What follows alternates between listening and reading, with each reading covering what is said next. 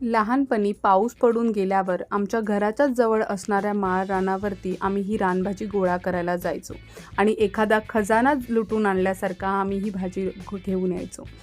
टाकळा ही एक रानभाजी आहे जिचे गुणवैशिष्ट्ये मला तरी माहीत नाही, पण त्याची चव अप्रतिम लागते. आता मी इथे ही भाजीची पानं फक्त खोडून घेतली आहे. ज्या काट्या असतात त्या काढून घेतलेल्या आहेत. त्या पाण्याने स्वच्छ धुवून याला आपण सर्वप्रथम उकळण्यासाठी ठेवणार आहोत. आता लहानपणी मी टाकळ्याची भाजी खूप वेळा खाल्ली आहे, पण बनवते पहिल्यांदाच. त्यामुळे पहिल्यांदा मी सासूबाईंना कॉल केला की याची रेसिपी काय आहे, कारण गेल्याच वर्षी आम्ही गणपतीमध्ये गेलो होतो आणि टाकळा आम्ही अक्षरशः मोठमोठ्या टाकळ्यांची कोवळी पानं काढली होती. कारण की जेव्हा आपण गणपतीला जातो तेव्हा टाकळा बराचसा मोठा झालेला असतो आणि जून झालेला असतो.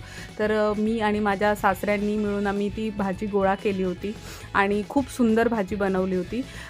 तर आता ही भाजी जेव्हा उकळून झाली आहे तेव्हा त्याच्यातला जो कडवटपणा आहे किंवा जून पानं असतील काही तर ते निघून गेलेलं आहे आणि ही पानं आपण चुरडून घ्यायचे, म्हणजे बारीक बारीक करायचे. त्याच्यानंतर सिम्पली जाड बुडाच्या कढईमध्ये थोडीशी लसूण आणि हिरवी मिरची भाजून घ्यायची आहे आणि याच्यामध्ये थोडासा कांदा मी ॲड केलेला आहे, कारण की मिरच्यांच्या बिया उडतात त्यामुळे.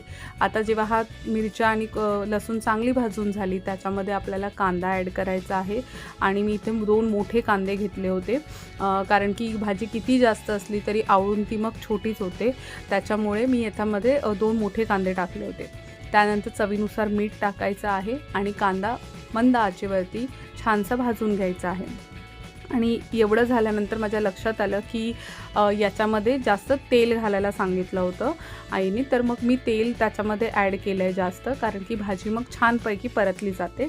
आणि त्याच्यानंतर आपण जी उकळवून घेतलेली भाजी होती ती थोडीशी मी चुरडली पण होती, तर ती भाजी मी याच्यामध्ये ॲड केली आहे.